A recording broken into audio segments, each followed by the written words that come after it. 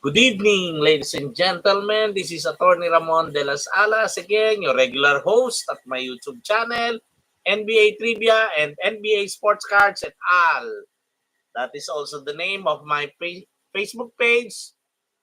So I'm requesting you to follow my Facebook page, and if you're satisfied with the our episodes on NBA trivia and basketball cards, just click the like and subscribe button on my YouTube channel. Well, let's get the ball rolling. For today's episode, we will talk about another basketball Hall of Famer, another one of the pioneers of the NBA and basketball. And he is nicknamed Digger. Here is the card of Al Cervi. He has a 1948 card, however, that is a mini card. I'm no longer interested in obtaining the same and showing you because it is not in the standard size. This one is more beautiful. It's number to 25. One of the rarest cards of Al Cervi. Here's the back of the card, which shows that it is numbered to 25 pieces only. Only 25 cards of these were produced. That's Al Cervi, nicknamed Digger. Well, Al Cervi was a 5'11 guard from East High School in Buffalo, New York. He was born last February 12, 1917 in Buffalo, New York, U.S. and died last November 9, 2009, age 92. He was inducted into the Basketball Hall of Fame last 1985. He was a one-time All-NBA second team in 1950, a three-time All-NBA first team in 1947, 1948, and 1949. He was a one-time All-NBL second team in 1946 and the NBL scoring champion in 1947. Al Cervi was an NBL champion in 1946 for the Rochester Royals and was a one-time NBA finals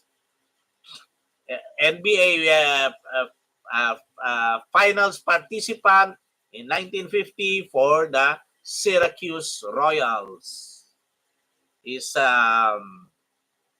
best season was a meager 10.2 points per game, 4.7 assists, shot 33.2 field goal percent from the field, and 82.9 from the charity stripe. He was very good at the charity stripe. That is a very high shooting percentage, 82.9. That was his statistics when he played for the Syracuse Royals during the 1949-1950 season. During those times, the shot clock was yet to be invented, the 24-second shot clock. And most of the teams who led at the halfway or past the halfway mark stole the ball in order for the opposing team not to catch up anymore. That was the game then. Al Cervi, if his playing weight was around 170 pounds. If at that the diminutive height 5'11", he already played forward and guard.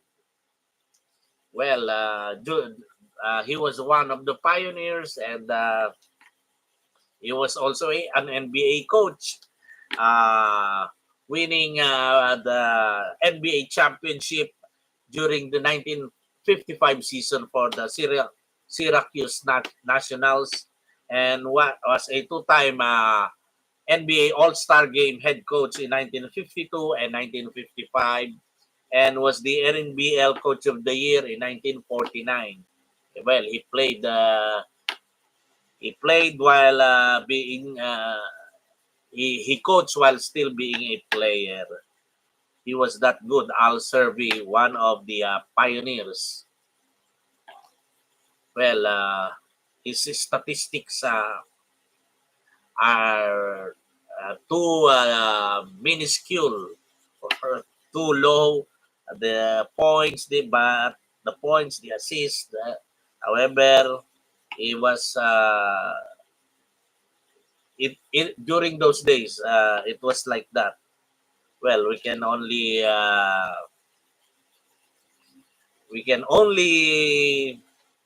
say that those statistics were low, but all they needed to win uh, was that effort only. That effort they made was all that was needed of them in order to win games during that time. That's why those statistics are not as incredible as the stats today. That's Al Cervi.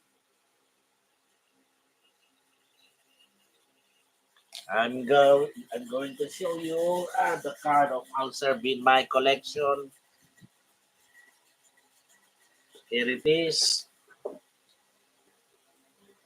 This one.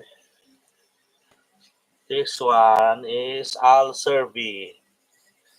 That is his card. That's a numbered hollow foil. I think this is also numbered to 25. I do not remove the cards in my binder because it is already scotch tape, and if I use this in an exhibit, it might be stolen. So that's anyway. I have this card which is numbered to 25. Al Cervi, and we don't know much about Al Cervi nowadays because the news about the NBA during the time was obscure.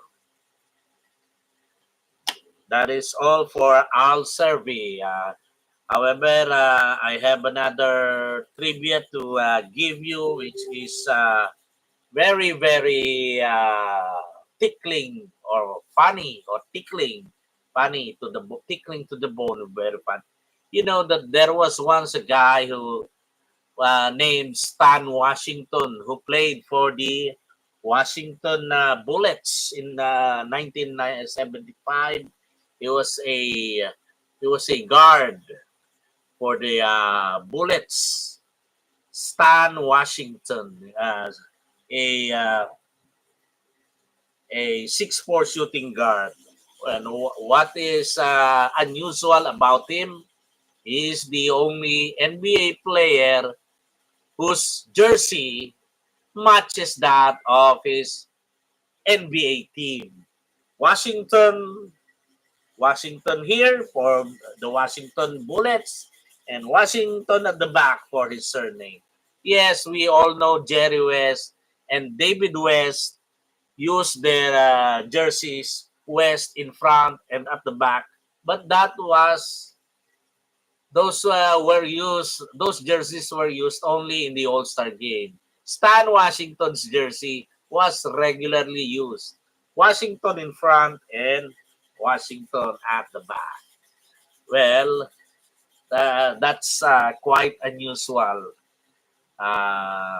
Another trivia I forgot to tell you. Well, we'll discuss him later on. Vern Mikkelsen still holds the most disqualifications ever in a career. 100, I think 127. Most technical fouls in a career, Rashid Wallace. That's yes, Rashid Wallace has the most technical foul, most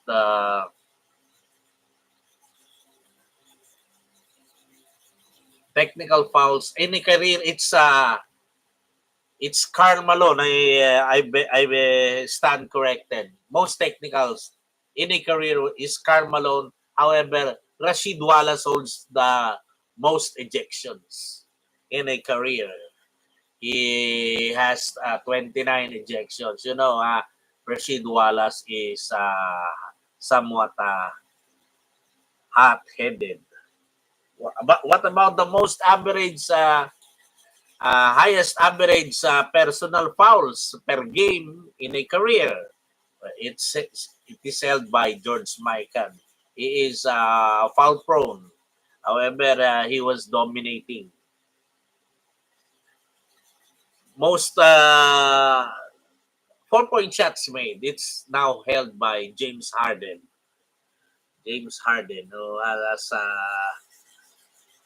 made the living out of the 3-point shot and making the free throw after his foul. Dunks, it's Dwight Howard. Most dunks per game. And most starts, it's Karl Malone because he played too many seasons. Well, those are the other stats that or trivia that I can give you. Well, what Cliff Robinson, most minutes played by a non-Hall of Famer. It's held by Cliff Robinson. Well, that is the other ones. Anyway, we have time to discuss the other records. Andrew Bynum was the youngest to ever debut. Well, there was a player named Nat Hickey. I do not um, I have not seen him play. I'm so he is so obscure, but he was the oldest to ever play in his debut as a rookie. He was a coach and activated himself as a player. That was in 1949 when it was still allowed. Therefore, Pablo Prigioni was a regular player. This Nat Hickey was a coach. And the oldest to debut as a starter is Arvidas Sabonis, of course. One of the he already became a starter when he was a rookie at 30 years old because he used to play for Russia, and he only played in the NBA due to the fact that professionals were already allowed during that time when he was already 30 years old. Youngest coach, it was Dave DeBusschere who was the playing coach of the Detroit Pistons at 24 years old. And it's well-known fact that the oldest is Coach Popovich at 74 years old. Well, there are too many other trivias that are known or can be searched, but those I gave you about Stan Washington was quite unusual. Wearing the wearing the name, his surname at the back, and the name of his team at in front. And thanks once again for this for patronizing my YouTube video. This is Attorney Ramon de las Alas saying goodbye. God bless. May the force be with you. I'm broadcasting from Quezon City, Metro Manila, Philippines. Till the next episode.